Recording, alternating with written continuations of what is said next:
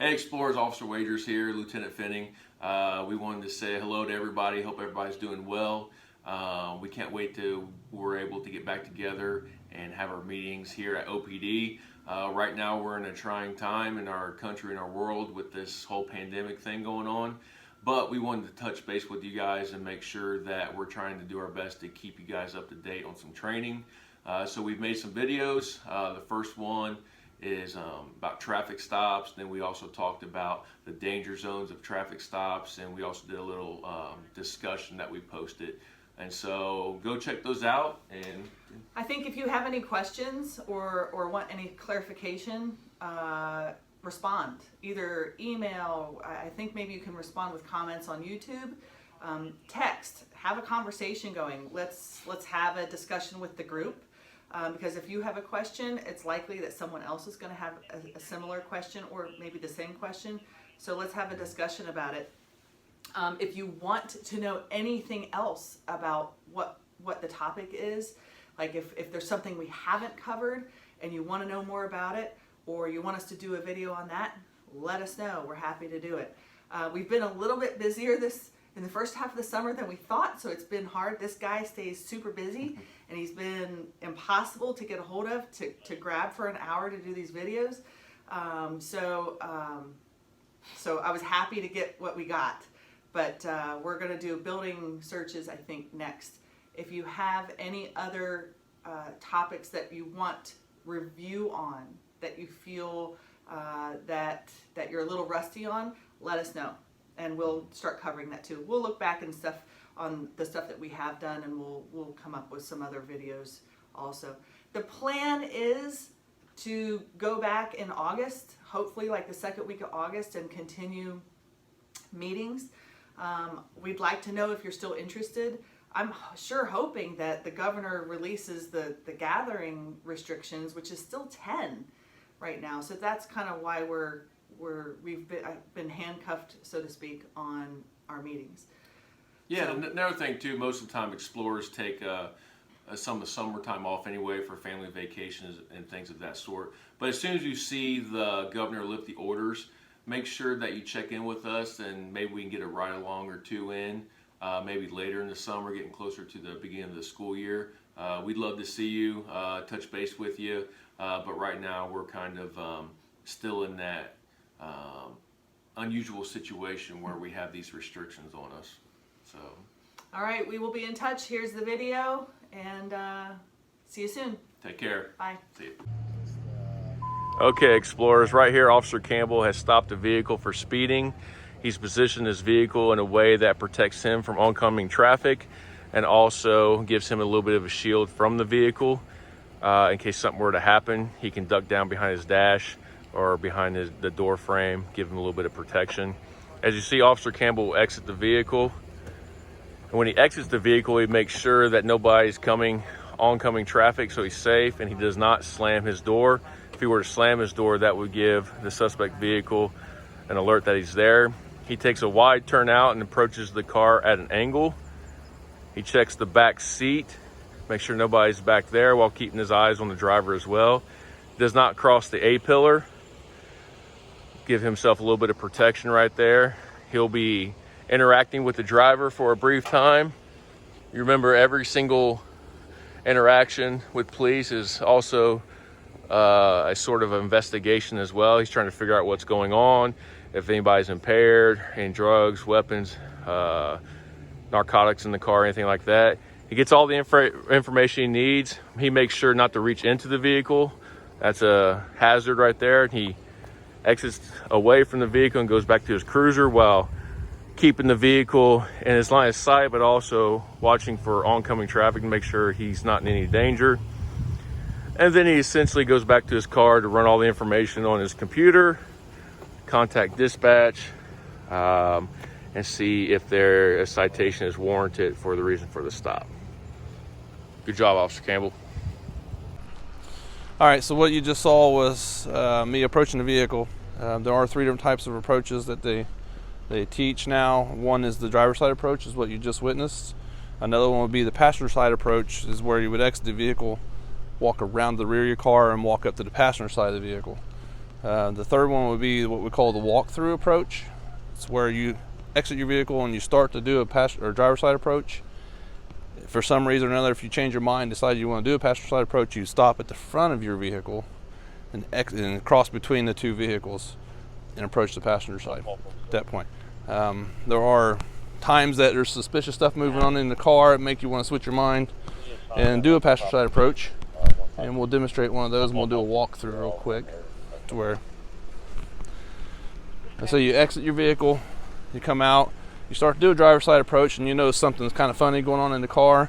So you would walk over, get a good view, see what's going on, and then quickly pass through the two cars. And then you would do a passenger side approach from this angle to get a better view of the inside of the car. A lot of times you can catch the driver off guard and see stuff that they're not ready for you to see. The other one would be, like I said, you would go around the rear of the vehicle and approach all the way down. A lot of that's for safety reasons, depending on traffic and the area you stop and stuff like that. Okay, so let's say you're approaching the car and it's got tinted windows and all the windows are up. One of the things we talked about before was how to address that. And one of the things that I would normally do is I would probably stop right here in a safe area and notify the driver, hey, roll your windows down for me so I can see. There's nothing wrong with that. It's all about my safety at this point. I don't want to take a chance of walking up on something and getting ambushed. Okay, so same scenario, say tinted windows, or say better yet, we have a van, a panel van with no windows. If you're not comfortable approaching that vehicle because you can't see inside, one of the things you can do is within a safe distance, hey driver, exit the vehicle for me, come back here to me. There's nothing wrong with that. Thing you gotta be careful with is when you call him out, is keeping him safe. Traffic coming and stuff like that, make sure it's clear. But I would have him exit the vehicle, come back to you, bring him back, walk him through to this side to a safe area, talk to him then. And if you feel like there's still something in the van, ask for another unit. What are you gonna ask? Anybody else in the car? Where are you going? Just anything that might spark your interest that's suspicious. So what if there's other people in the car? What are you gonna do then? It depends on the stop. If it's something you're comfortable with and it's just a speed, probably nothing. If it's something that you feel like there's something in the car, I would get him out, detain him in my car, get another unit here, and we'll start calling the passengers out. Right here, we're going to be stopping a felony suspect in a traffic stop. We've got two officers, myself and Officer Campbell. We've positioned our cruisers to give ourselves ample protection from the suspect vehicle, and also we're able to give the suspect orders. So at this time, we've already stopped the vehicle. So we'll go ahead and initiate the actual felony stop, traffic stop. Driver! Put your hands up, touch the ceiling in the car. With your left hand, slowly reach down and take the keys out of the ignition. Take your left hand and drop the keys outside the window. Hands up, keep your hands up. With your left hand, unlock the door from the outside. Slowly step out, keeping your hands up.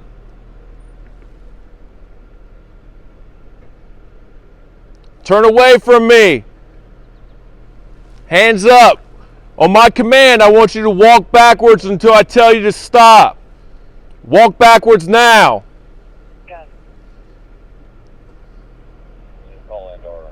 Stop.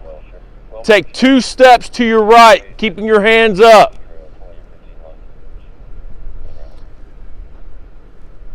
Begin walking backwards until I tell you to stop. Walk backwards now.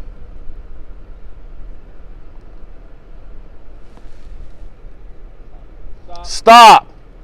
At this point, Officer Campbell is going to approach the suspect and quickly take him or her into custody, and then bring them back to the back rear of the car.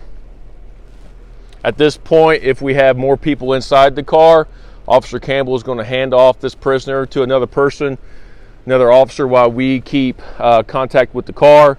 To continue on with the traffic stop, we will double check to see if anybody else is in the car. We would approach the car tactically, making sure that we're going to a high-risk stop. And at this point, if the car is clear, we would end the felony traffic stop. All right, so we're going to talk about considerations to make during high-risk stops and when we have exceptional circumstances. So Officer Wagers, we were talking about like some exigencies, some special circumstances, maybe? Yeah, what would happen, what we just saw right there, we had a very compliant subject exit the car for us, but what would happen if we had a non-compliant subject? What tactics would we use? Or what would happen if we had innocent people in the car? Let's say, for instance, the father is wanted for high-level felonies, but he has his 2 young kids in the car. You know, we're going to try to make every effort that we can to make sure the situation is de-escalated and safe for the kids and everybody involved. However, we do have a job to do, but we're going to do it very professionally and with the innocent people in mind as well, because we don't want to get anybody to get hurt. Sometimes this may be taking a little bit longer. You know, when the video we just saw, Lieutenant Fening, the bad guy or bad girl, got out of the car very quickly for us, and we didn't have to ask twice. She did what we wanted her to. However, if we have a high risk with somebody innocent involved and they don't necessarily want to be compliant, we might take a little bit longer and try to de-escalate the situation, try to tell them that, hey, we want to keep everybody safe. We'll give them ample opportunity. As long as they're complying with this to a certain level where they're not putting us in further harm or jeopardy, as long as we can see their hands, that's a big thing. As long as we can make sure that nobody's going to get hurt, basically we can use time to our benefit in that situation. Now, then again, there's also times when people may not comply at all, and they may take off and lead you on a high-speed pursuit or something like that. At that point, we have to weigh the risk versus the reward of it. Sometimes it's not worth pursuing somebody, putting other people in danger, the general public, the kids in the car. However, there are some times where we have to make that decision to pursue because of a high level of felony. Like, say for instance, if we're chasing a murder suspect or a rape suspect, sometimes we will have to pursue. So we'll put Officer Jones on the spot real quick. Since he has the newest material of all of us as far as academy wise. So you make a high risk stop. Because where I come from, we talked about this before, from where we were and where Officer Wager Senior here come from, it was felony stops back then. You treated it different. So today high risk stops are a lot different now. So say you stop the car, all the windows are rolled up and they're tinted. How do you address that? What are some of the options you can do to... Well, I work night shift, so I already have my spotlight, takedown lights. If you have another car with you, you also have their spotlight, takedown lights. Try to get as much light as you can to see in the car. Have them roll down the windows. If they don't roll down the windows, you have to go up. You got to get them out of the car somehow. So if they choose not to get out of the car, but they're not driving away, you have to go up there, break a window, open to see if the door's unlocked. Try to open the doors, get them out that way. But you have to do it in a safe and tactical manner. So you're not just going to walk up and try to open the door. You're going to go up as a team. Maybe have 2 people on either side, so you have a view into the vehicle, that kind of stuff. Perfect. We'll say that they don't shut the car off, or if they got their foot's on the brake. What are some of the precautionary things you have to look for with that? So it's possible, because it's happened, people put it in reverse, try to run you over to then get away. They put it in gear, just try to drive away that way. If they're compliant in other ways, they have their hands up. Even if they don't shut off the car, if they open the door for you, they follow all your other commands, I would say it's not a huge deal. You have to worry about them turning off the car, as long as they keep following your other commands. But if they stop following commands, they start looking like they're going to run away, then you have to change your tactics up. So is there, like most traffic stops, like your I won't call it a routine traffic stop, your low risk traffic stops, a lot of times I'll pick certain areas to stop cars for lighting purposes or lack of traffic or stuff like that, just for my safety, because I don't want to get nobody hurt, because I've been in a spot where I've been almost ran over before. Yeah. High risk stops, do you have that opportunity to do that stuff? And it depends on where the person stops the car. So I've had them on a back road where there's no... Should I say, can you take that opportunity? Can you follow the car for a little while and choose where you're going to absolutely. stop a car at high risk? Absolutely. You don't, It's till you turn the lights on. So if you're on a busy street with lots of traffic in the middle of the day, you're gonna wait, see if they turn into a business, see if they turn off into a street, into a driveway, something like that. Then I would say don't stop a car uptown where it's really busy on a high-risk stop. I would follow it out of town, get it away from everything in case things turn bad. Yeah, and another thing that we're going to do, we're going to try and put ourselves in the most advantageous spot. Like Officer Campbell was saying, we don't necessarily have to see a car, stop it right away. We can call additional units, get a unit set up. And even if it's a very high risk stop to where the person has a history of running, we may try to get a unit out in front that could possibly deploy stop sticks if they were to run. So we're going to try and put ourselves in every situation that we can succeed and do our job safely, effectively, and keep ourselves, the general public safe, and also the suspect safe as well. So can I put Officer Wager Sr. here on the spot for a second? So coming from a bigger city like Hamilton, I know it's a little harder for you to follow a car all the way through Hamilton to get it out of town. In your experience, how would you guys handle a high-risk stop like in the city? If you have that right there, of course we have more officers on duty at usually at one time. You always call for more backup to get there before you start the stop. If it's at nighttime, you wait as long as you possibly can wait at the very last minute, so that you got officers really ready to pound in there, try and block the car in. And this officer right here said that to put the spotlight on them, shine in their side view mirror so they can't see you walking up. And when you walk up, touch this trunk right here. Make sure it is not open. We've had people hide in the trunk before. So when we That's walk old up, school right there. go up, push down on it, just in case. But shine those lights on those side view mirrors, blinds them. They can't see you walking up. Gives you a little bit of protection. One thing we also talked about in our traffic stop approaches was surprising them by going on the opposite side, making a passenger side approach, which I know that the kids had, they were surprised when they were the passenger in the car that, like, oh, you know, they got me on, you know, on the passenger side. That's my favorite type of stop, is doing the passenger side approach, because most of the time people are always looking out of the driver's side and they're always looking that way. So that gives me the element of surprise, but it also gives me several moments I can look in the car. I can see if they have a gun in their lap. I can see if they have drugs in the car. They might be trying to stuff something. Well, all the time I'm sitting there watching them. And then if I see where it is extremely dangerous, I might back off right there, or I might discreetly call for an additional unit as I'm still sitting there watching them. There's a lot of things that can go on when you do a passenger side approach that can give you a little extra time to see what exactly you have going on inside the car. And to add to that, I call out stops as I'm still driving, so I don't even have my lights on yet. Calling it out, estimate about what your cross street is going to be. As soon as you turn the lights on, you put it in park and you get out. That surprises a lot of people. You can stand up on the passenger side for 30 seconds. Person has no idea you're standing right there until you knock on the window and scare them. Happens I just used about to every do time. that because if they ran, if they ran on foot, then I already had my location announced, and that's happened before. Did you have something else? No, I was going to say that's the luxury behind low risk traffic stops. You have that element of surprise, whereas a high risk stop, hence the name, there is no element of surprise no more. They know you're there. They know what's going on. And you have to be careful with that stuff because you don't know what they're doing in the car. If there's weapons or anything like that, that's why you don't do a standard approach on a high risk stop. It's high risk for a reason. Right. There's something bad going on. So, we'll say you, because you haven't been in this game as long as a lot of us. Can a low risk stop turn into a high risk stop? Absolutely. There's any number of things that can happen. Like you said, if you see someone stashing something, you see them have a weapon, you see them look nervous, fidgety, like they may run, you can always back off and call for another unit to come back you up and then approach again.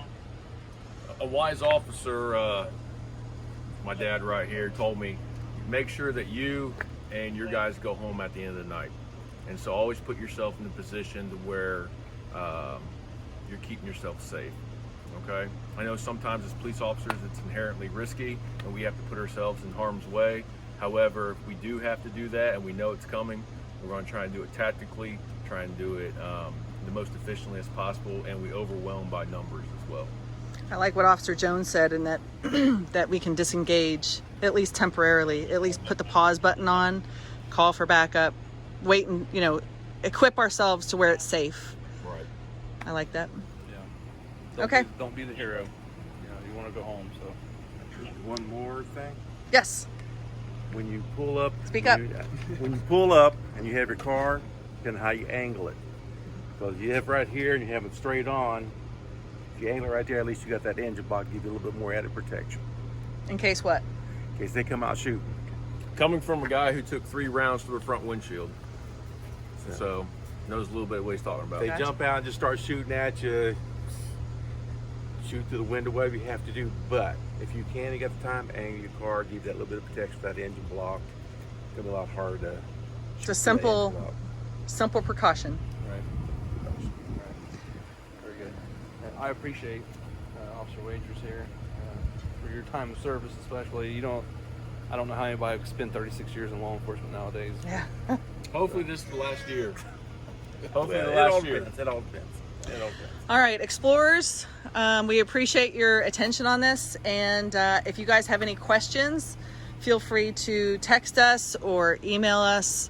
And we're happy to answer those. I'm sure we've missed a few things, but we'll continue this. I think next we're going to do is building searches. We'll have another video that we'll make on building searches.